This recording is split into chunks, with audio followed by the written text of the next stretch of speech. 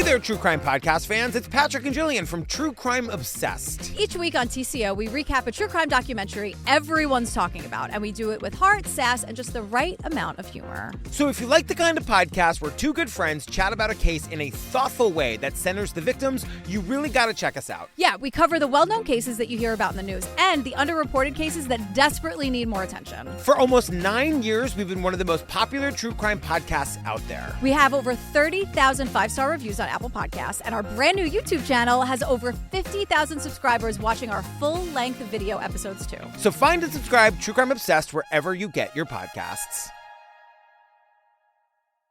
What Came Next is intended for mature audiences only.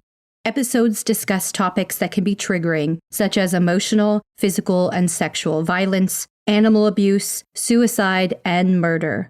I am not a therapist, nor am I a doctor.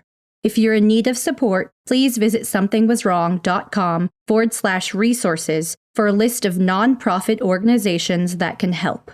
Opinions expressed by my guests on the show are their own and do not necessarily represent the views of myself or Broken Cycle Media. Resources and source material are linked in the episode notes. Thank you so much for listening.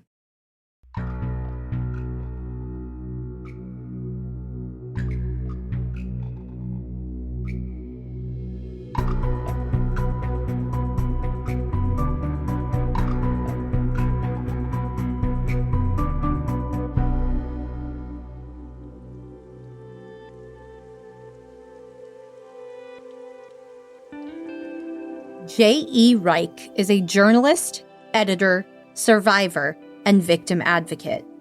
They shared their story on Something Was Wrong Season 6, Episodes 5 and 6, which aired on December 6th and December 13th of 2020. The episodes discuss the impact of the devastating 2018 shooting at the Tree of Life Synagogue in Pittsburgh, Pennsylvania, and the impact the hate crime had on J.E.'s community. The episodes also bring awareness to the related, horrific stalking J.E. and their family would be subjected to in the years following. However, at the time of the episode's release, J.E. and their family had received no justice for the unending harassment and death threats the caller executed over those years. The Broken Cycle Media team is extremely grateful J.E. was willing to return today to share more of their journey to seek justice and about the start of their consequent healing process.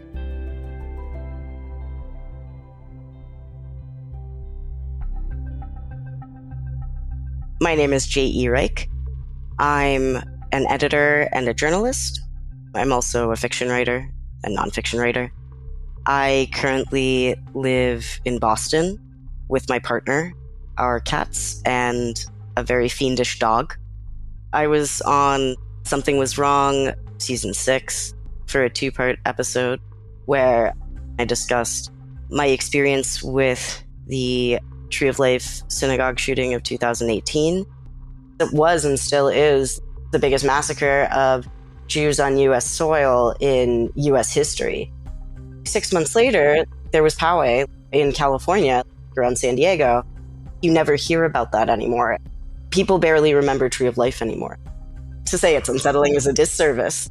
It's frightening, it's terrifying. The immediacy of the call to action is all the more imperative in terms of telling these stories and making sure that people don't forget them and aren't desensitized to them. There are real people who experience it and who will experience the ramifications and the after effects for the rest of their lives. I should overtly state that I'm anti-occupation. I'm for Palestinian rights. I also believe in a two-state solution. I do not call myself a Zionist because I think the word is what I now consider pretty colonialist. I have friends who are Jews who do believe in Israel in general, but are against Netanyahu's government, which has become its own sort of nationalist exercise.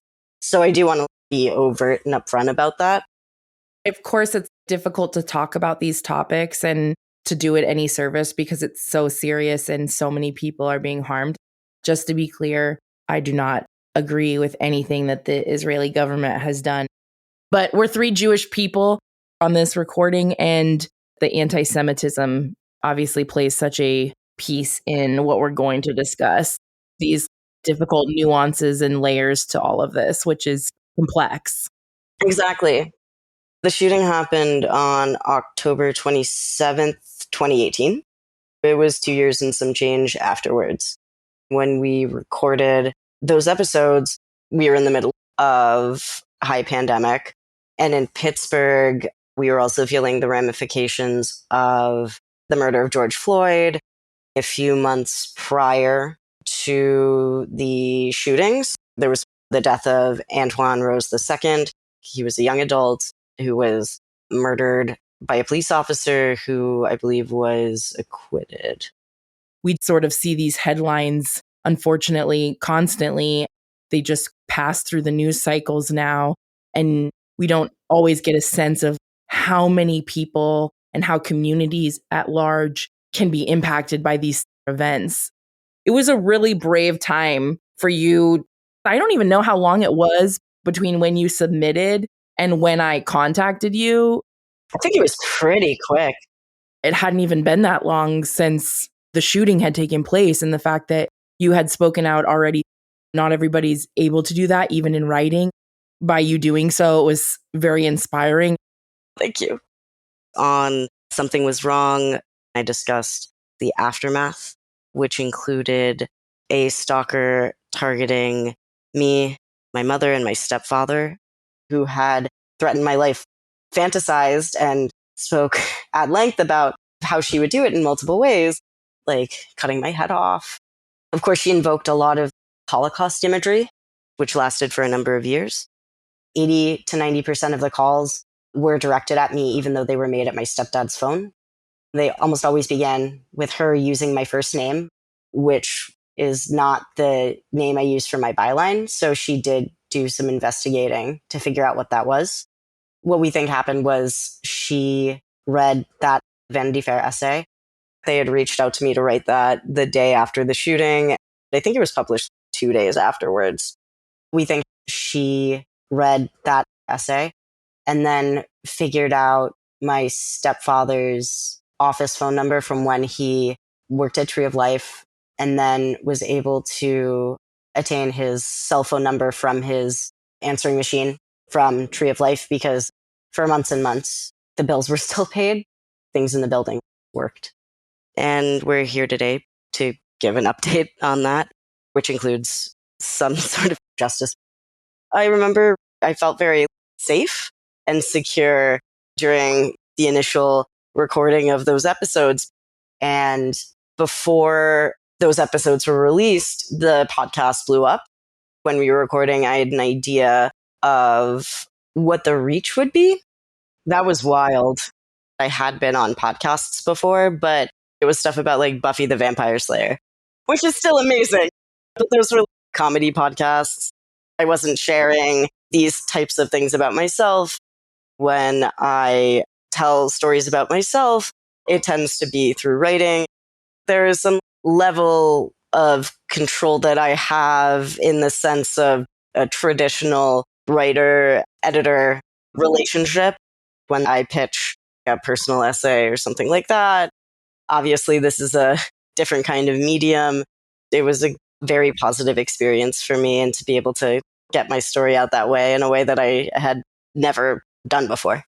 Really interesting timing that JE came into my life, because the podcast had just went number one.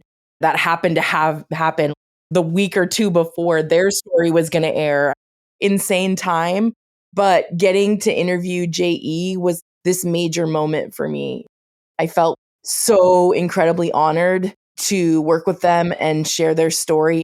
And it felt like, wow, this person is trusting me with this. And that was not lost on me. It was incredible to work together. And it was honestly, for me, the first major gun violence story that we had really gotten into on the podcast. It just felt like kismet in a lot of ways. And then I would go on to work with Amy. So we were recording all at the same time then. I hope this is also okay to share. Amy, I listened to your episodes. I remember your story, and I remember your mother's name always, Hadassah, because Esther, who becomes Queen Esther, her name was Hadassah. And I feel okay sharing this. I'm a trans masculine, non-binary person. So my Hebrew name from birth was Estelle, which means star in Hebrew. But her name was Hadassah, and then she became Esther. So I always felt like a connection in that kind of a way. When we initially recorded those episodes, my memory is pretty clear in the day of, and then the 2 or 3 days following, my memory is just blank. I have no memory of the weeks after that. I do remember receiving a number of lovely messages from people that I knew who I hadn't heard from in a really long time. People who I went to high school with, people who also grew up in Squirrel Hill, which is the neighborhood where Tree of Life was situated. And I tried to respond, thank you so much. I'm happy that this helped you in some way. I braced myself for a deluge of hate mail just because I'm a writer, I'm a journalist, and I am a veteran at this point of those types of messages that are anti-Semitic, homophobic, or transphobic in nature. Sometimes it's all three. What I was very surprised about was how few negative messages I received in response to the episode. Most of them were just like, I thought it was nice until you brought up politics. Leave the politics out of it. And I'm like, well, obviously, you've never been a person whose entire existence has been politicized since the day you were born. The overwhelming majority of messages were incredibly kind and incredibly touching. While I was relieved, still, there was this recurring sense of numbness and disassociation. It brought me back to a place, and this ties back to when that initial Vanity Fair essay came out. I just felt numb. It brought me back to that place of trauma, and I never used that word lightly. At the point where we recorded, technically it was an open FBI investigation, but it was pretty much dormant. The calls at that point had trickled off. When these calls were happening, I of course assumed that this caller was a white supremacist. I had an idea of maybe who the caller was, but it was pure speculation. I couldn't really back it up with anything. I'm glad that I did that because I was very much wrong.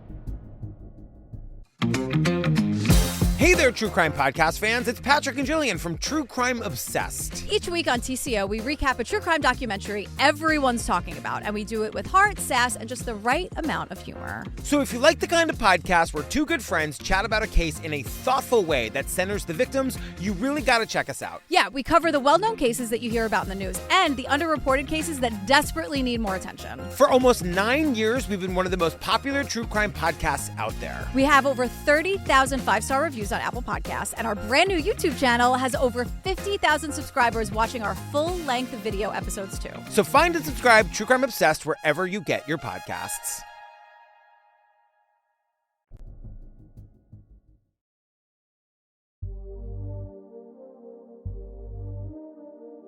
The calls had ceased for a number of months. They started back up sometime in 2022. I remember my mom calling me and telling me that they started receiving these calls again. I immediately leapt to action. At that point, my mother and my stepfather had moved from Pittsburgh to the greater Miami area. My stepfather, it's also important to note, had been diagnosed with Parkinson's. These calls were still going directly to his phone. He hadn't changed the number. That was on purpose because we had no idea where she lived. At that point, we were still operating under the assumption she lived in the Pittsburgh area. The idea of going outside, walking around, it still felt like I was living in some sort of alternate reality. The real escalation lasted from October 2022 to March 2023 when she was eventually arrested. My mom had downloaded an app or software or something onto my stepdad's cell phone so that these calls could be recorded. So it wasn't just audio caught on his voicemail. This was to essentially build a cache of evidence that was forensically irrefutable, especially if the FBI could figure out where those calls were coming from. Between October 2022 and March 2023, in the court documentation, they say that there were 238 recorded calls.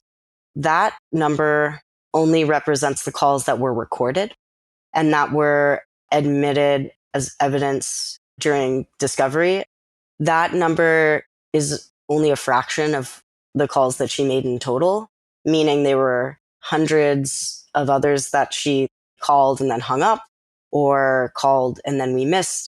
There's a possibility that these calls could have been in the thousands, especially if you include the calls that she made during phase 1, which were 8 or 9 months prior to when we first recorded the first pair of episodes for Something Was Wrong. It also took me a really long time to realize that this itself was a form of stalking. It was hard to be able to talk to anybody about it. I fell out of touch with so many friends because how could I begin to describe or explain or narrate what had gone on? I also didn't want to trauma dump, especially because other people during the pandemic were going through their own traumas and their own hardships. Some people have lost loved ones. I didn't want to add to anybody else's pain as well. There were also times where I can't say for certain, but I likely lost a contract job that I had because I had to say to my boss at the time, I couldn't even believe these words were coming out of my mouth, but it was right after the calls had begun. And I had to say, I need to step aside to be able to speak with an investigator about anti-Semitic harassment related to a terrorist attack that occurred at the shul that I grew up in. So I won't be able to work at this time. Even while the words were coming out of my mouth, I was like, who's ever going to believe me? My world just became so small.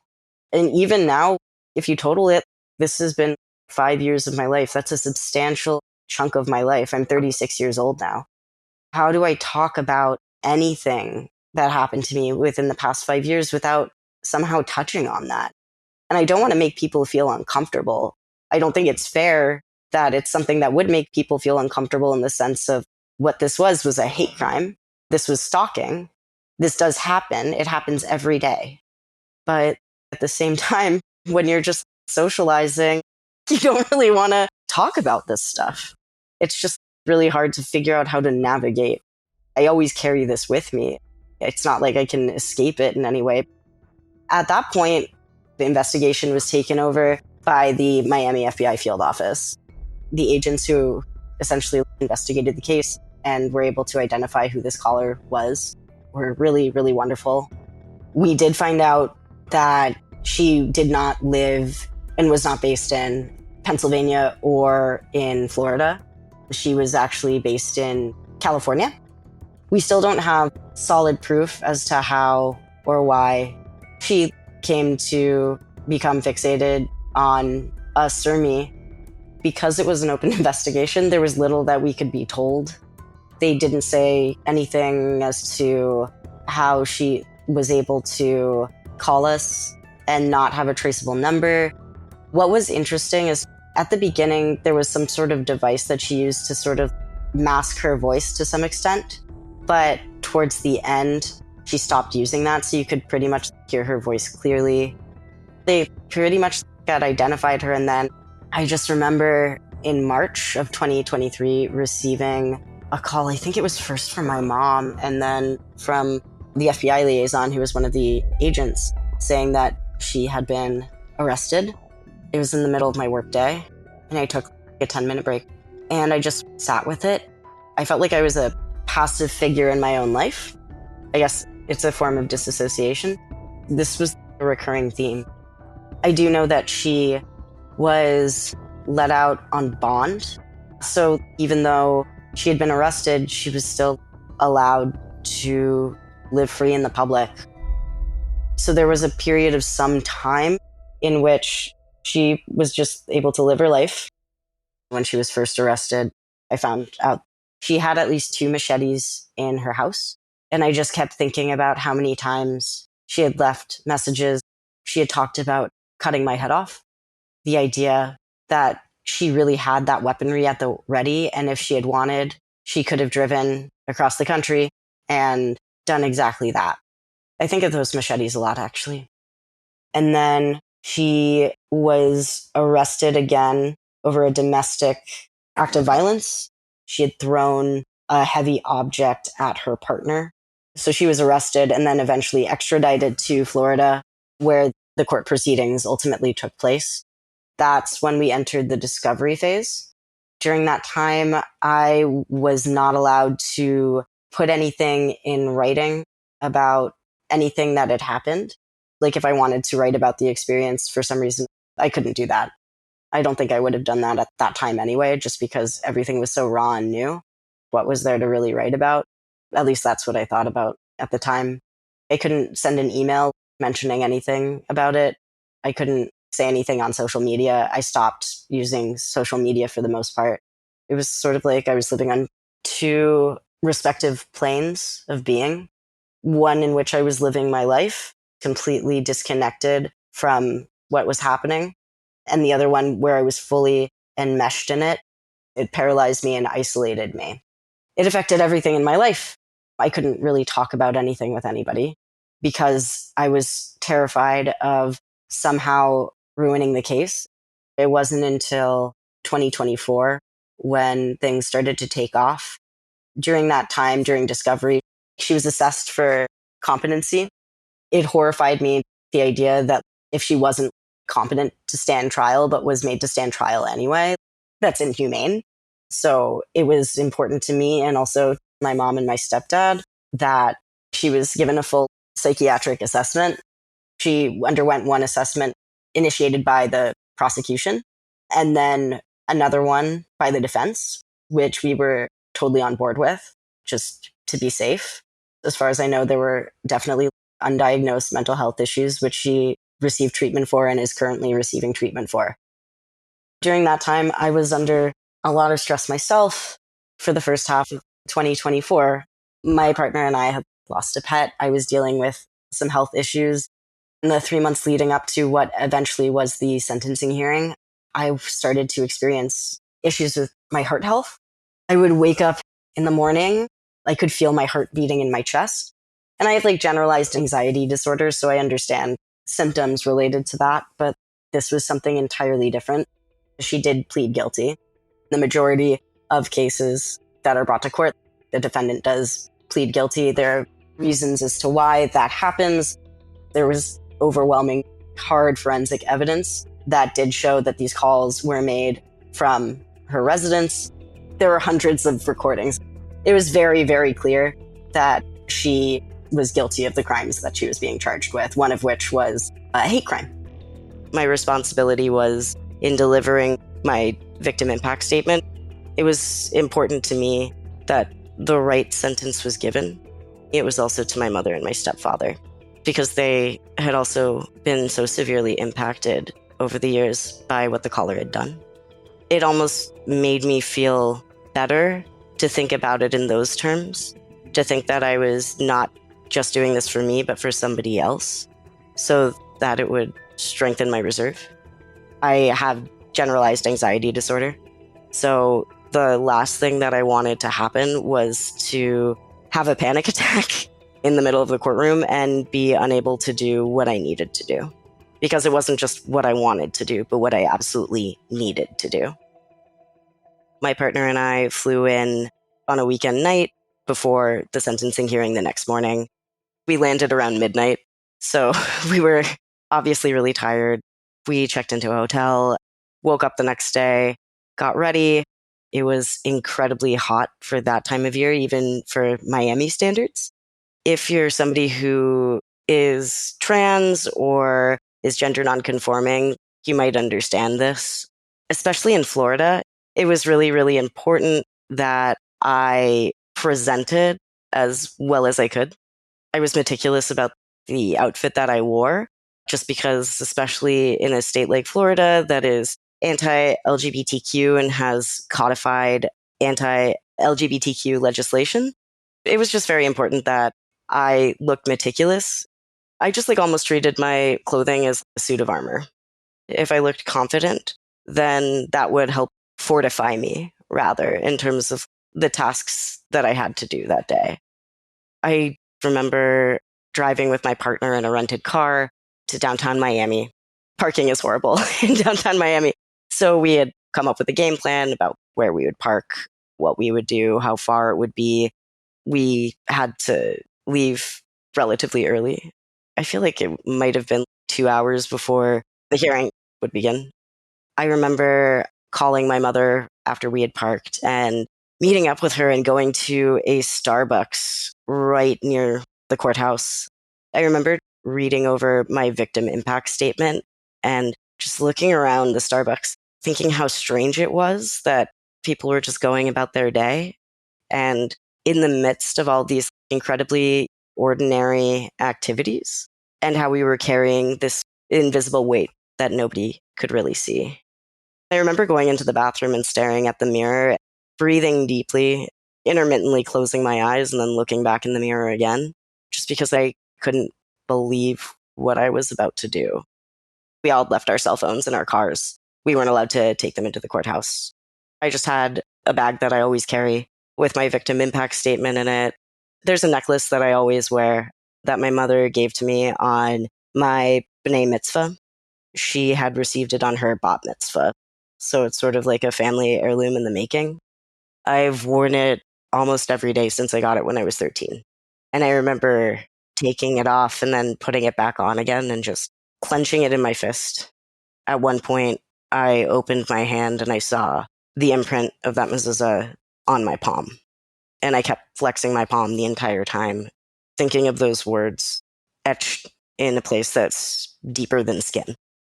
Mezuzah contains one of the most important prayer in Hebrew liturgy. It's a declaration of Jews as a people and also a declaration of monotheism. So who we are and what we believe. I remember going up the elevator in the courthouse, which is actually a very, very beautiful building. I think it's designed to be airy and also to feel as if you're on a ship in the middle of the ocean. There's this one part that almost looks like the inverse of a masthead. It's sort of like a column that's etched throughout the building, and if you look down, you can see the bottom floor. It's a place of cascading light, which is such an interesting juxtaposition to the dark reasons that bring people to it. Thank you so much for listening to today's episode. Next week on What Came Next. What I mourn the most and what I'm trying to grapple my way back to is I stopped writing. Writing was always something that was such a core part of me. It took that away from me because I felt like I didn't have a voice anymore for a really long time.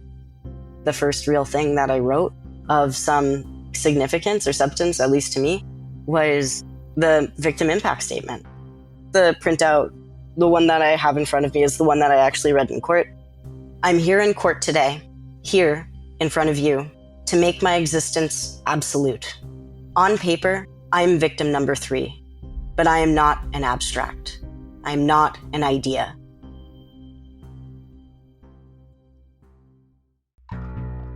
What Came Next is a Broken Cycle Media production, co-produced by Amy B. Chesler and Tiffany Reese. If you'd like to help support What Came Next, you can leave us a positive review, support our sponsors, or follow Broken Cycle Media on Instagram at Broken Cycle Media. Check out the episode notes for sources, resources, and to follow our guests. Thank you again for listening.